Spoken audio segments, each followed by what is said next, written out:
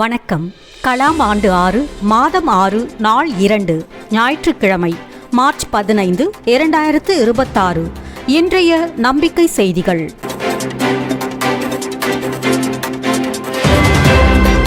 எரிபொருள் கேஸ் இல்லையா? கவலை வேண்டாம். அடுப்பில்லா சமையல் செய்து ஆரோக்கியமாக வாழலாம்.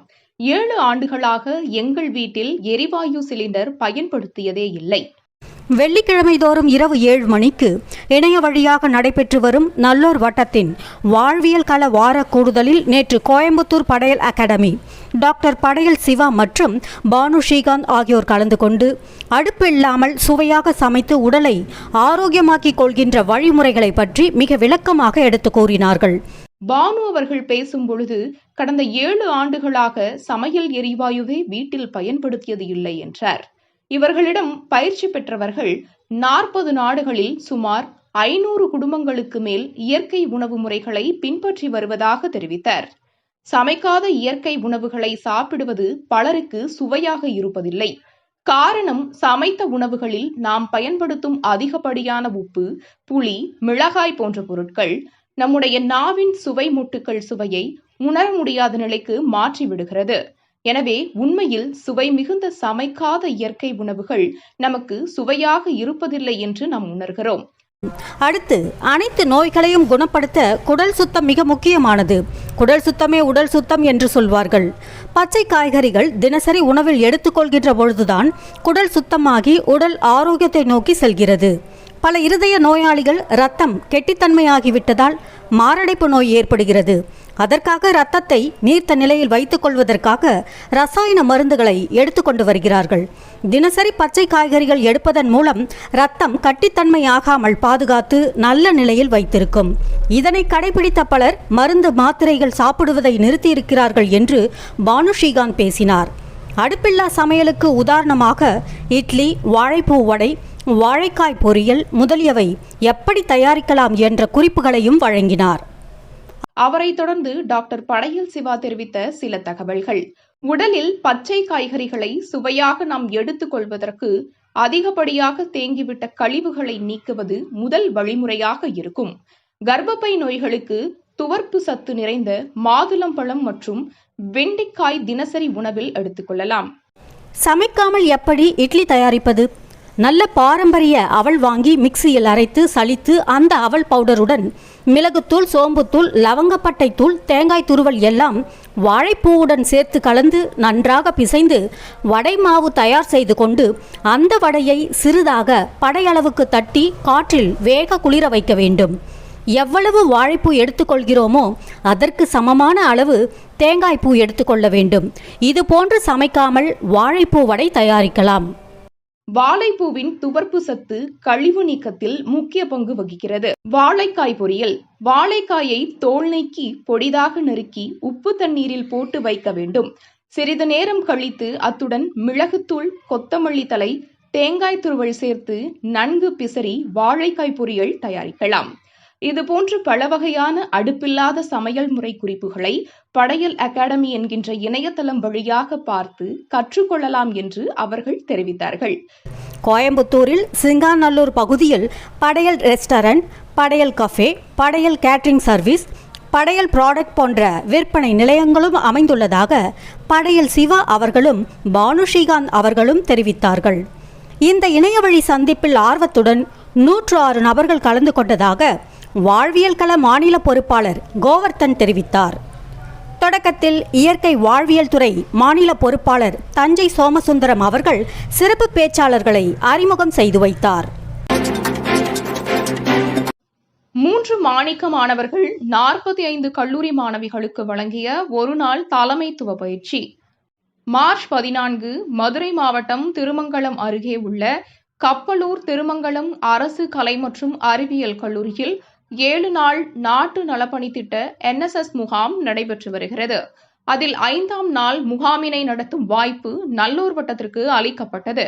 நல்லூர் வட்டத்தின் கலாம் ஜோதி மாணவர்கள் பிரணீத் ஆகாஷ், ஸ்ரீ கணேஷ், மாணிக்க மாணவர் விஷ்ணு ஆகிய மூவரும் அப்பொறுப்பினை ஏற்றுக்கொண்டு வைய தலைமைக்குள் என்ற தலைப்பில் திட்டமிட்டு காலை 9:30 மணி முதல் மாலை 5:30 மணி வரை அளித்த பயிற்சியில் 17 மாணவிகள் நாட்டின் மேன்மைக்காக கலாம் ஜோதி மாணவராக செயல்பட தலைமை பொறுப்பேற்க உறுதியளித்தனர். இன்றைய இளைஞர் சமுதாயம் சீர்கெட்டு போய் கொண்டிருக்கிறது என்று சமூக அக்கறையுடையவர்கள் புலம்பிக் கொண்டிருக்கும் போது, நல்லூர் வட்டத்தில் பயிற்சி பெற்ற அரசு பள்ளி மாணிக்க மாணவர்கள் 3 பேர், அதில் 2 இன்று கல்லூரி மாணவர்கள். கல்லூரி மாணவிகள் 45 நபர்களுக்கு ஒரு நாள் பயிற்சி அளித்தது மட்டுமின்றி அவர்களது வாழ்க்கையிலேயே திருப்புமுனையை ஏற்படுத்தி நாட்டிற்காக பொறுப்பேற்க வைத்துள்ளனர். எங்களை விட சிறியவர்களான அந்த 3 சமூக உணர்வு, அறிவு, தெளிவு, திட்டமிடல், பேசிய விதம் எங்களுக்கு சமூக பொறுப்பை உணர்த்தி இருப்பதாக மாணவிகள் தங்களது பின்னூட்டத்தில் கூறினர். அந்த ஒரு சக்தி வாய்ந்த பயிற்சி இதோ உங்களுக்காக. நிகழ்வின் தொடக்கமாக 9:40 மணிக்கு கூச்சல், குழப்பம், தெளிவு என்ற விளையாட்டு. மாணவிகளிடையே இருந்த மன இறுக்கத்தை போக்கி நெருக்கம் ஏற்பட்டு நல்ல அறிமுகத்தை உண்டாக்கி கொடுத்தது. காலை 10 மணிக்கு நாட்டு வணக்க பாடலுடன் முகாம் தொடங்கியது. அதில் நல்லூர் வட்டம் மதுரை மண்டல பொறுப்பாளர் குறிஞ்சிமணி அவர்கள் NSSன் பொன்மொழியான நான் அல்ல நீ, நாட் மீ பட் யூ என்ற கருத்தினை கலந்துரையாடல் செய்தார். 10:10 மணிக்கு பிரணீத், ஆகாஷ் மற்றும் ஸ்ரீகணேஷ் ஆகியோர் கலாம் ஜோதி மாணவர்களின் 5 முக்கிய பண்புகளான கல்வியில் சிறப்பு, சமூகத்திற்கான உயர்ந்த இலக்கு, தனித்திறமை, நற்பண்புகள், தலைமைத்துவம் குறித்து கேள்வி பதில் முறையில் கலந்துரையாடினர். காலை 11:11 மணிக்கு உலக அமைதிக்காக 1 நிமிட அமைதி அனுசரிப்பு. உலகில் இன்றைய போர்க்கால சூழலில் இத்தகைய 1 நிமிட அமைதி இதுவும் கூட மாணவர்களுக்கு ஒரு புதிய செய்தி, புதிய நம்பிக்கை. அடுத்து தேநீர் இடைவேளை. 11:30 மணிக்கு சாதனை மாணவர்கள் துறை மாநில பொறுப்பாளர் விஷ்ணு நடத்திய அக்கம் பக்கம் என்ற விளையாட்டு குழுவாக மாணவர்கள் தங்களது நண்பர்களின் தனித்திறமைகள், நற்பண்புகள் மற்றும் அவர்களது கனவுகளை படம் பிடித்து காட்டியதாக மாணவிகள் வியந்து தமது பின்னூட்டத்தில் தெரிவித்தனர். அடுத்து 12:15 மணிக்கு நடைபெற்ற லட்சிய பாராளுமன்றம் அமர்வில் 14 தொகுதிகளுக்காக 14 மாணவர்கள் பாராளுமன்ற உறுப்பினர்களாக பொறுப்பேற்று தங்கள் தொகுதிகளில் மேற்கொள்ள வேண்டிய முன்னேற்ற திட்டங்களை விவாதித்தனர்.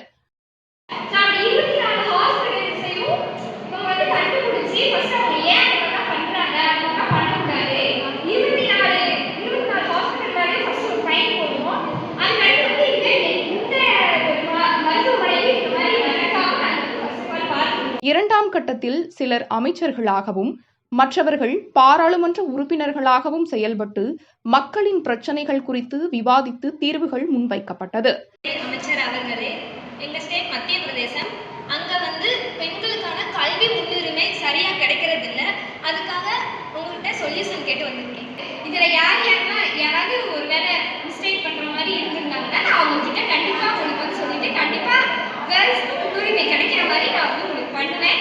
இது இன்னும் கரெக்டா ஒரு 3 நாள் இல்ல 4 நாளைக்குள்ள உங்களுக்கு இந்த குறை தீர்த்து வைக்கப்படும் என்று நான் உறுதியேற்கிறேன். வெஸ்ட் பெங்கால்ல குறுகிய சாலை, பழமையான கட்டிடங்கள், அதிக மக்கள் தொகை கொண்ட பகுதி. ஸோ இதனால் போக்குவரத்து நெரிசல் ஏற்படுது. இது குறித்து நாங்கள் மனு 2 தடவை கொடுத்துருந்தோம். ஸோ நீங்கள் ரெஸ்பான்ஸ் பண்ணவே இல்லை. தெரியல, இனிமேலாவது நாங்கள் ரோட நல்லா விரிவாக அகழிச்சு மக்கள் எவ்வளோ இருக்காங்க, எவ்வளோ போட முடியும் நல்லா சரியாக பார்த்து அமைச்சு கொடுக்குறோம். அப்புறம் 2 வருஷம் முடிச்சு கண்டிப்பாக. இந்த நிகழ்வும் மாணவர்களுக்கு புதிய நம்பிக்கை அளித்திருப்பதை காண முடிந்தது. அடுத்ததாக 3 மணிக்கு அதிரடி சேவைத்துறை பொறுப்பாளர் ஸ்ரீகணேஷ் கிராம சபையின் முக்கியத்துவம் குறித்து மாணவர்களுடன் விரிவான கலந்துரையாடல் செய்தார். மதிய உணவிற்கு பின் மாணவர்கள் 4 குழுக்களாக பிரிக்கப்பட்டு பீம்பேக் விளையாட்டு நடத்தப்பட்டது. இதில் தலைமைத்துவ கண்ணோட்டம் எடுத்துக்காட்டுகளுடன் விளக்கப்பட்டது. அடுத்து பாரம்பரிய விவசாயத்துறை மாநில பொறுப்பாளர் நாட்ராயன் அவர்கள் இயற்கை விவசாயத்தின் அவசியம் மற்றும் சத்தான உணவின் முக்கியத்துவம் குறித்து மாணவிகளுடன் கலந்துரையாடினார். நிகழ்வின் இறுதியில் தும் சலோ என்ற காணொளி, நல்லூர் வட்டம் செயல்பாடுகள் குறித்த காணொளிகள் திரையிடப்பட்டன.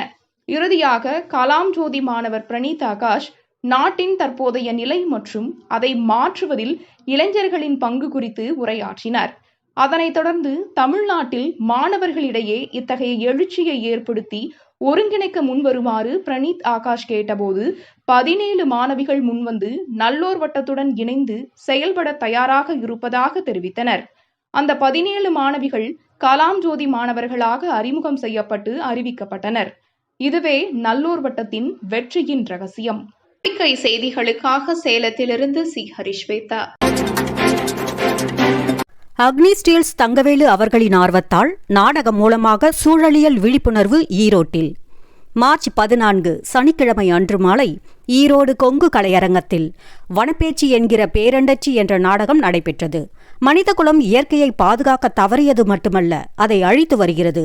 அதனால் எதிர்காலத்தில் ஏற்பட போகும் பயங்கர விளைவுகளை எச்சரிக்கை செய்வதே நாடகத்தின் கிளைமாக்ஸ். இதில் ஈரோடு மாவட்ட ஆட்சியர் உயர் திரு கந்தசாமி அவர்கள் முழுமையாக கண்டு ரசித்து அனைவரையும் பாராட்டினார். இந்த நாடகம் நடைபெற முழுமுதற் காரணமாக இருந்த அக்னி ஸ்டீல்ஸ் நிர்வாக இயக்குனர் தங்கவேலு அவர்கள் நாட்களாக அவருடைய ஒரு நாடகத்தையாவது இங்கு கொண்டு வந்து செலுத்த வேண்டும் என்று நீண்ட நாட்களாக ஆசை அவரிடம் சொல்லிக்கொள்ளே இருந்தேன். ஆனால் சரியாக நமக்கு ஒரு அற்புதமான ஒரு இன்றைய இந்த நிகழ்வு வனப்பேச்சி என்னும் பேரண்டச்சி என்கிற நிகழ்வு நமக்கு சரியாக வந்து அமைந்திருக்கிறது. இதிலே வனப்பேச்சியாக நடித்திருக்கிற சகோதரியார் ரோஹிணி, பிரளயன், இங்கே இருக்கக்கூடிய கலைஞர்கள் அனைவருக்கும் என்னுடைய அன்பையும் பாராட்டுக்களையும் தெரிவித்துக் கொள்கிறேன். இங்கே இதற்காக பெரும் ஒத்துழைப்பு எடுத்த பெரும் முயற்சி எடுத்த நாடகக்கொட்டையை சார்ந்த வி.எஸ். சதீஷ், கலைக்கோவன் இவர்களுக்கும் நம் அனைவரின் சார்பாக நமது நன்றியை தெரிவித்துக் கொள்கிறோம். நம்பிக்கை செய்திகளுக்காக புதுச்சேரியிலிருந்து கவிதாராஜ். இல்லம் மட்டுமல்ல, அலுவலகம், தொழில் மட்டுமல்ல, நர்ஸ் சமூகம் உருவாவதற்கும் தலைமை பொறுப்பேற்க தயாராய் உள்ள மகளிர் எவரும் மார்ச் 28, 29 சனி ஞாயிறு 2 தினங்கள் திருச்சி பாரதிதாசன் பல்கலைக்கழகத்தில் நடைபெறவிருக்கும் லட்சிய மகளிர் வைய தலைமைக்குள் முகாமில் கலந்து கொள்ள முன்வரலாம் என்று நல்லூர் வட்டம் மகளிர் கள மாநில பொறுப்பாளர் ஹேமலதா அன்புடன் வரவேற்கிறார். மேலும் விவரங்களுக்கு 9787147178 என்ற எண்ணில் தொடர்பு கொள்ளலாம். இல்லங்களில் உலக அமைதிக்காக 1 நிமிட அமைதி. இணைய வழியாக பள்ளி கல்லூரிகள் மட்டுமின்றி இல்லங்களிலும் உலக அமைதிக்காக 1 நிமிட அமைதி கடைபிடிக்க வருவது நம்பிக்கை அளிக்கிறது. காஞ்சிபுரம் மாவட்டம் வாழ்வியல் கள பொறுப்பாளர் சங்கவை அவர்களது சொந்த ஊரான தஞ்சாவூர் மாவட்டம் அம்மாப்பேட்டையில் அவர்களது இல்லத்தில் தமது குடும்பத்தாருடன் 1 நிமிட அமைதி கடைபிடிக்கப்பட்டதற்கு ஓர் உலகு கள மாநில பொறுப்பாளர் கீதா பாராட்டுக்களை தெரிவித்துக் கொள்கிறார். நம்பிக்கை செய்திகளுக்காக சென்னையிலிருந்து தயாநிதி. இத்துடன் இன்றைய நம்பிக்கை செய்திகள் நிறைவடைந்தன.